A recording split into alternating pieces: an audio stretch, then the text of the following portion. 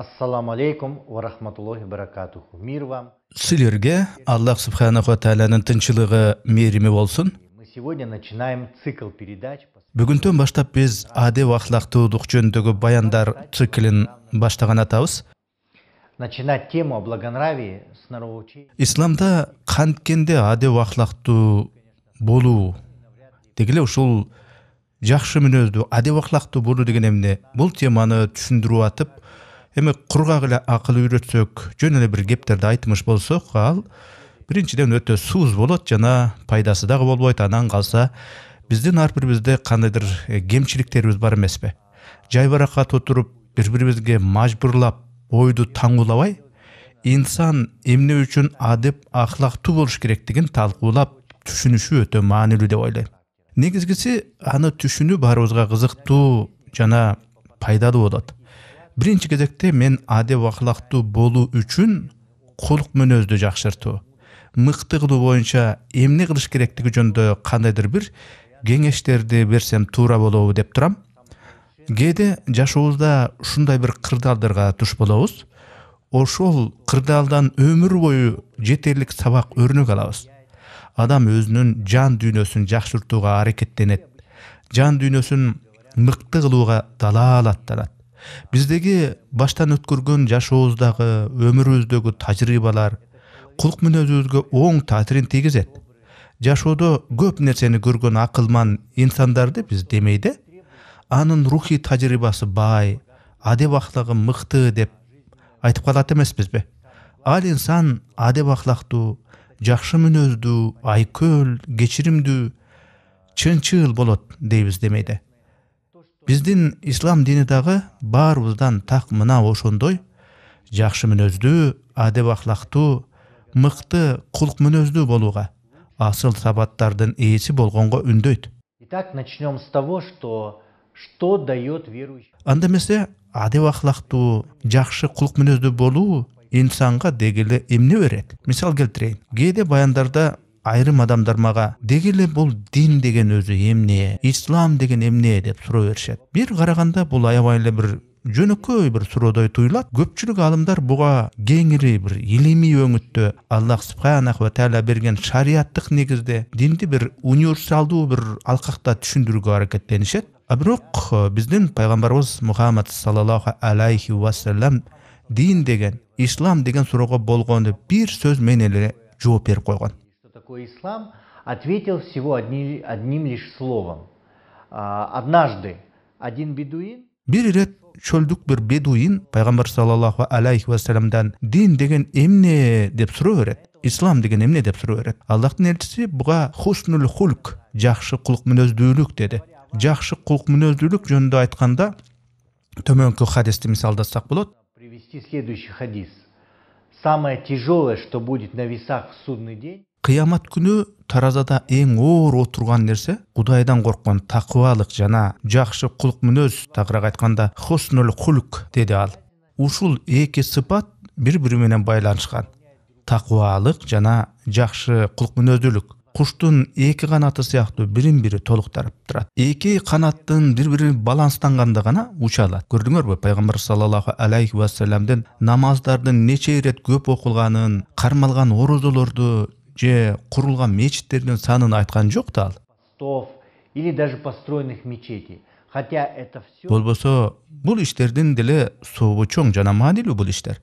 Бирок пайгамбар саллаллаху алейхи ва саллям ислам деп адамдын жакшы кулк мүнөздүү, адеп ахлактуу болушу дагы өтө маанилүү экенин баса белгилеп атат. Мындайча айтканда, инсандын жакшы мүнөздүү, асыл жүрүм турумдуу, адеп ахлактуу болушун айтып атат. Ушул сыпаттарын көрсөтүп, адамдарга үй бүлөсүнө, коомго кылган мамилесин, алакка катышын айтып атат. Ислам дини деген өзү адамдардын жүрүм турумуна, ахлагына байланышкан маселе болуп атпайбы? Дагы бир хадис бар. Бир адам пайгамбарыбыз Мухаммад саллаллаху алейхи ва саллямдан жакшы кулк мүнөздүүлүк деген эмне деп сурап калат. То есть что такое благонравие? На что наш пророк Мухаммад. Ошол суроого жооп иретинде биздин пайгамбарыбыз Мухаммад саллаллаху алейхи ва саллям Курандагы Ал-Араф сүрөсүнүн 199 аятын окуду. Кечиримдүүлүктү ал. Аларды тууралыкка буюр, наадандыктан жүз үйүр дейт аятта. Андан кийин пайгамбар саллаллаху алейхи вассалам кечиримдүү бол, адамдардын колунан келбес нерсени талап кылба, ырайымдуу бол, бирөөлөрдү кечире бил, жумшак, асыл мүнөздүү бол дейт. Эгер талдап келсек, бүтүндөй исламдагы эң башкы негизги нерсе адамды жакшы жака буруп, жакшы жака тарбиялоо. Бүтүндөй бир коомду оңдоону кааласак, анда биринчи кезекте ар бирибиз өзүбүздүн кулк мүнөзүбүздүн сапатын, адеп ахлагыбыздын сапатын арттыруудан башташыбыз керек. Албетте ар бир кишинин өзүнүн кемчиликтери, ката жактары болот. Бирок ушул ислам дининин максаты башкаларга жакшы жака өзгөрүүсүнө, руханий жакта мыкты болуусуна, оңолушуна жардам берүү. Аллахтын элчиси саллаллаху алейхи вассалам айткан: эң бир асыл кулк мүнөздүү мусулман адам гана эң бир күчтүү, ыймандуу, ахлактуу боло алат. А эң асыл кулк мүнөздүүлөр өз аялдарына жакшы мамиле кылгандар деп айтты.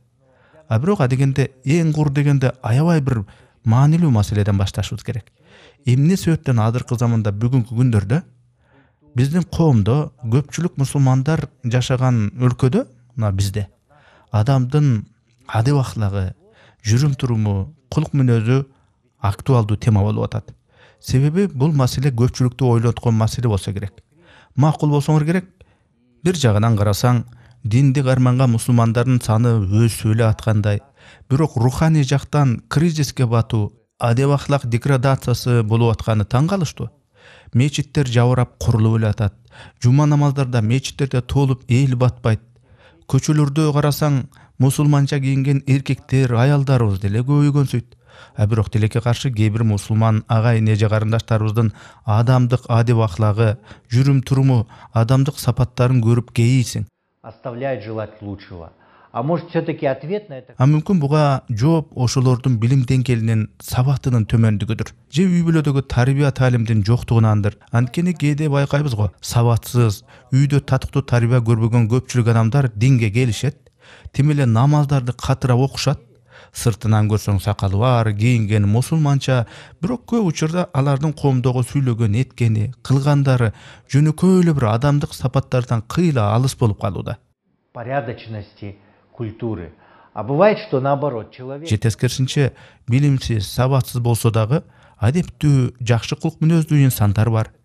Же болбосо аябай жогорку билимдүү эле таанымал кишилер бар, бирок адамдык сапаттары аябай эле төмөн, начар болуп калат. Демек, жогорку билими болсо эле университеттерден жогорку диплом алгандар, ар түркүн бир толгон токой сертификаттары барлар жакшы кулк мүнөздүү, адеп ахлактуу болот деген дагы болбойт. Адеп ахлаксыз мамилелердин себеби балким исламдын өзөгүн үстүртөн түшүнгөндүк, туура эмес түшүнгөндүк болушу мүмкүн. Исламдын маанисин, түпкү максатын туура эмес түшүнгөндөр бар. Же балким инсанда түбүнөн эле Аллахка ыкыластуулугу жок. Түбүнөн чириген ахлактан улам дагы деградация болуп атышы мүмкүн. Аллах биздин жүрөгүбүздү жакшы билүүчү. Тилекке каршы ислам дининдеги айрым агайын эже карындаштарыбыз бар. Бирөөлөрдүн ар түркүн кемчиликтерин көрүшөт. Аларды күнөөлөгө себептери дагы табышат, не замечая своих пороков. А өздөрүнүн адебин, кулк мүнөзүн оңдошпойт. Жакшы кулк мүнөз, такыба болуу деген өзүнүн үй бүлөсүндөгүлөргө, кошуналарга, атүгүл дини кайсы болсо болсун башка адамдарга калыс, мээримдүү, урматсый менен мамиле кылуу. Бул эми негизги маселе да. К другим людям, даже независимо от веры. Приведу такой вот пример. Мен бир мисал келтирейин. Абу Бакр радиаллаху анхунун кызы Асма радиаллаху анха айтат.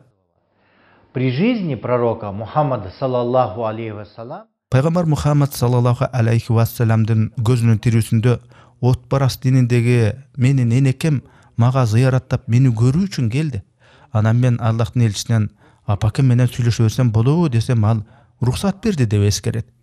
Ошондон кийин Курандагы мындай бир аят түшкөн. Мааниси: Аллах диниңер үчүн силер менен согушпагандарга жана мекениңерден кууп чыкпагандарга жакшылык кылууңарга жана аларга адилеттүү болууңарга тыюу салбайт. Акыйкатта Аллах адилеттүүлүктү сүйөт деген Мумтахана сүрөсүнүн 8-9 аяттары болчу. Пайгамбарыбыз Мухаммад саллаллаху алейхи вассалам өз абасы мусулманчылыкты кабыл албаган Абу Талибке аябай жакшы мамиле кылаар эле. Не так давно мне рассказали такой случай. Жакында эле мен мындан бир нече жыл мурда бир окуяны уккам. Ислам дининдеги бир оронгон мусулман кыз светтик жашоо кечирген кыздарга бир аябай текебер мамиле кылчу экен. Ал кыздар салам берсе дагы мусулман кыз алардын саламын алыга албай, силер күнөөкөрсүңөр, силер тозокко түшөсүңөр деп кагып силикчү дешет. Они почти что обитатели огня. Хотя она и исполняла пятикратный намаз. Анан калса ал кыз 5 мал намаз окуганы менен өзүнүн төрөп өстүргөн апакесине болгон мамилеси исламдык адеп ахлактан кыйла алыс болчу экен. Бирден бир эң жакын адамы өз энекесине жакшы эмес мамиле кылар экен. Ооба эми апакеси намаз окуучу эмес экен, мусулманмын деген оронгон кызы апасын наадан, жахилсиң деп атап, апасы даярдаган жасаган тамактарды мунуңуз арам деп такыр жечү эмес экен. Тууган туушкандарын дагы жээрип, силер исламдан эмессиңер деп саламдашчу дагы эмес экен. Кошуналары менен дагы, кошуна турган аялдар, кыздар менен дагы эч саламга келчү эмес дешет. Кыскасы, кулк мүнөзү чорт, орой, мамилеси копол келип, өзүнөн башканын баарын жип кирип кага берчү экен. Анан күндөрдүн биринде ал кыздын үйү толугу менен өрттөнүп кетет. Өрттөн улам улгайган апасы көз жумат. Артында калган жалгыз кызы эч кимге кереги жок, жалгыз калат. Кыздын буга чейинки орой, копол мамилесин билишсе дагы, жардамга баягы эле диндар эмес деп жип кирген, жаман көргөн, жээриген кошуналары келишиптир. Өрттөн жабыр тартты дешип, алар кызды үйлөрүнө киргизип, курсагын тогузуп, тамак ашын сунуп, колдон келген жардам беришет. Анткени кандай коомдо болбосун, жакыныңа жардам берүүдө сооп бар делинет. Айтор тигил кызга Аллах субханаху ва таала үйү өрттөнүп кеткен, апасы каза болгон сыноо берген соң, өзүнүн кай жерден туура эмес болгонун, адашканын акыры түшүнүп, өкүнүп тооба келтирген, айланасындагыларга мамилесин өзгөрткөн. Бирок өкүнүчтүүсү апасын жоготуп албадыбы? Бир нерсени билгилечи, бизди ойгонсун, акылына келсин, түз жолду тапсын деп, кулк мүнөзүн, ахлагын оңосун жакшыртсын деп, Аллах жашообузда ар кыл сыноолорду жиберет. Куранда Табарак сүрөсүндө мынтип айтат: Аллах субхану ва тааля говорит: «Аллази халакал маута вал хаята лияблувакум айюкум ахсану амаля». И мы создали. Биз силердин кимиңер жакшы амалдарды жасаарыңарды сыноо үчүн өмүр менен өлүмдү жараттык дейт. Аяттын маанисине үңүлсөк, сыноолор жиберилгенинин себеби туугандар, инсандар өз эгесине, жаратуучусуна, Аллаха чын ыклас менен сыйынып, анын ыраазылыгына, кечиримине ээ болсун үчүн деп атат. Однажды посланник Аллаха Бир ирет пайгамбар саллаллаху алейхи ва саллям мечитте өз сахабалары менен отурганда, азыр эшиктен бейишке татыктуу бир инсан кирет деди. Аңгыча эшиктен таараттын суусу сакалынан сарыккан бир адам кирип келди. После омовения. Сподвижники удивились. Сахабалар аны көрүп, бул адамдын ибадаты анчалык деле күчтүү эмес эле го деп таң калышты. Эртеси күнү дагы чогулуп отурсак, пайгамбар саллаллаху алейхи ва саллям азыр сырттан бейиштик бир адам кирет деп айтты дешет сахабалар. А вы знаете, если пророк сказал, Аллахтын элчиси кайсы бир сөздү айткан болсо, ал Аллах көөдөнүнө салып айттырчу. Демек, сырттан кирчү киши чын эле бейишке татырлык адам болот. Сырттан кече күнкө эле кирген киши кайра кирип келгенин көрүшөт сахабалар. Ошондо сахаба Абдулла ибн Амр ал-Ас өзүнчө бир күбөрөнүү ичинен, бул инсан ыймандуу, сооптуу иштерди кылууда, ибадаттарды кылууда бизден алдыга озуп кеткиде эмне иштерди кылат болду экен деп кызыгып, үйүнө чейин барып аңдыйын деп чечет. Ошентип ал тигил кишинин артынан аңдып барып, жолоочу конок сыяктанып, үй ээсинен үйүңө 3 күн түнөйүнчү деп суранып, анан уруксатын алган соң, Абдулла үй ээсин түнү бою аңдып, кандайдыр бир өзгөчө деле ибадат кылганын көрбөйт. Болгону түнү бир уйку сурап, Аллах субханаху ва тааланы айтып сүйлөнгөнүн угат. Анан 3-чү күн болгондо Абдулла хандан: "О баланча, биз мечитте отурганыбызда пайгамбар саллаллаху алейхи ва саллям бизге азыр эшиктен бейишке татыктуу бир адам кирет деди эле, анан сен кирип келдиң. 3 күн катары менен пайгамбар саллаллаху алейхи ва саллям ошентип айтты эле, 3 күн тең сырттан сен кирип аттың. Сен биздикинен өзгөчөлөнгөн кандай ибадат кыласың деп сураганда тигил киши: "Мен өзүң көргөндөй эле ибадат кылам. Бирок ар түнү ар түнү уктаардын астын жүрөгүмдө бирөөгө карата кыянаттык, жаман ой, жек көрүү, көрө албастык ушул ичимде калбагыдай кылам дейт. Көрдүңөрбү? Демек кулук мүнөзү, ахлакы жакшы адамга бейиш убадаланып атат. Болбосо пайгамбар саллаллаху алейхи вассаламдын сахабаларынан айырмаланып жанагы кишинин ибадатынын деле өзгөчөлүгү жок экен. Мухаммада саллаллаху алейхи вассалам. Знайте, Билип койгула. что мусульмане являются Мусулмандар исламдын тирүүлөй өрнөктөрү. Коомдо биз өзүбүздү кантип алып жүрөбүз? Башкаларга кандай мамиле кылабыз? Бизге карап башка адамдар исламды ошондой деп кабыл алышат. Биз өзүбүздүн кулук мүнөзүбүздү, жүрүм турумубузду оңдогондо гана айткан сөздөрүбүз, дин дааватыбыздын баа баркы болот ошондо. ценность. Сказал Ибн Аббас, радиаллаху анху, Ибн Аббас радиаллаху анху ар бир курулуштун, имараттын жер пайы пайдубалы болот.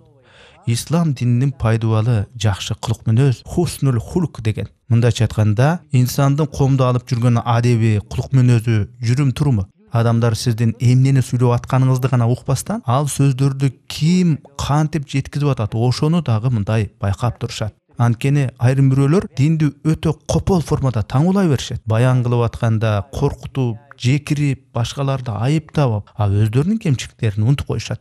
Куттуу Куранда Ас-Саф сүрөсүнүн 1-2 аяттарында Аллах субханаху ва тааля дал бизге мусулмандарга кайрылып атат. я юхаллазина аману, о вы, которые уверовали. Эй, ыйман келтиргендер дейт. Силер эмне үчүн өзүңөр кылбаган нерсени айтасыңар? Аллахтын алдында өзүңөр кылбаган нерсени айтканыңар өтө жек көрөрлүк иш дейт. Демек, биздин айткан сөздөрүбүз менен жасаган иштерибизде айырма болуп аткан өтө бир чоң көйгөй. Иногда есть расхождение. И только когда верующий сам Качан гана момун мусулман өзү элди үндөп аткан нерсеге өзү амал кылганда, өзү сүйлөп аткан нерсени өзү аткарганда гана ал айланасында карап турган, угуп турган адамдарга өрнөк болот. станет примером подражания. И только тогда общество Мына ошондо гана коом жакшы жагына өзгөрөт. Ушул өңөттө бир хадисте бар. хадис, Бир киши пайгамбар Мухаммад саллаллаху алейхи вассаламдан баланча деген аял түнкүсүн туруп намаз окуйт, күндүз карасаң орозо деле тутат, бирок анын адеп ахлагы, кулук мүнөзү начар. Ал такай тили менен кошуналарга залал кылып, гыйбат кыла берет дегенде пайгамбар саллаллаху алейхи вассалам саллаллаху алейхи вассалам, ответил, нет в ней блага. андай инсанда, андай аялда береке болбойт. Ал тозокко түшүүчүлөрдөн болот деди. Демек туугандар, ким атүгүл күндө 5 мал намаз окуса да, такай орозо кармап жүрсө дагы, бирок кулук мүнөз, адеп ахлагы жаман болсо, өзүнүн тили аркылуу, жасаган амал аракеттери аркылуу адамдарга залал гана жеткирип турган болсо, залалы көп болсо, мындайча айтканда, ошолор тозоккулардан болуп калат экен. Пайгамбарыбыз Мухаммад саллаллаху алейхи вассалам чындыгында мен силерге мыкты кулук мүнөз, адеп ахлакты ийинине жеткизе өрнөк болуу үчүн жиберилгем деген. Түшүндүңөрбү? Аллахтын элчиси саллаллаху алейхи вассалам бизге кулук мүнөз, адеп ахлак жагынан үлгү болуп, анан ошону көрүп биз ошол жолду ээрчип, өзүбүздө пайгамбар саллаллаху алейхи вассаламдын адеп ахлагындай, кулук мүнөзүндөй жакшы өрнөктөрдү пайда кылыбыз керектиги түшүнүктүү болуп атат бу жерде. Эгер чынын айтсак, пайгамбар саллаллаху алейхи вассаламдын адеп ахлагындай, анын баскан турганындай, кулук мүнөзүндөй ырайымдуулук, боорукерлик, жумшактык, кечиримдүүлүк, чынчылдык сыпаттарга момун мусулмандардын аз гана бөлүгү умтулушат. Эгерде эки дүйнөдө тең Аллахтын ыраазылыгына ээ болууну кааласаңыз, коомду, ушул дүйнөнү жакшы жака өзгөртүүнү каалаган болсоңуз, анда биринчи кезекте жеке өзүңүздөн баштап, өзүңүздөгү кулук мүнөз, адеп ахлакты, рухий дүйнөңүздү жакшыртууңуз керек. Анткени эң жакшы өрнөк адамдын өзүнүн адеп ахлагы, жүрүм туруму менен үлгү болуусу. Собственного поведения и добронравия. Урматтуу туугандар, бул видео интернет аламында канча убакыт турбасын, аны канчалаган адамдар көргөн сайын ушул видеонун чыгышына себеп болгон, аны каржылагандар үзгүлтүксүз соопко ээ болушат. Биздин YouTube каналдын жамааты өзүбүздүн катталуучуларыбызга Аллахтын динин ушинтип кыргызчага которуп элге жеткизген сооптуу иштерге бирге катышууга чакырып, садака жарыяларды чогуу жасашууга үндөйт.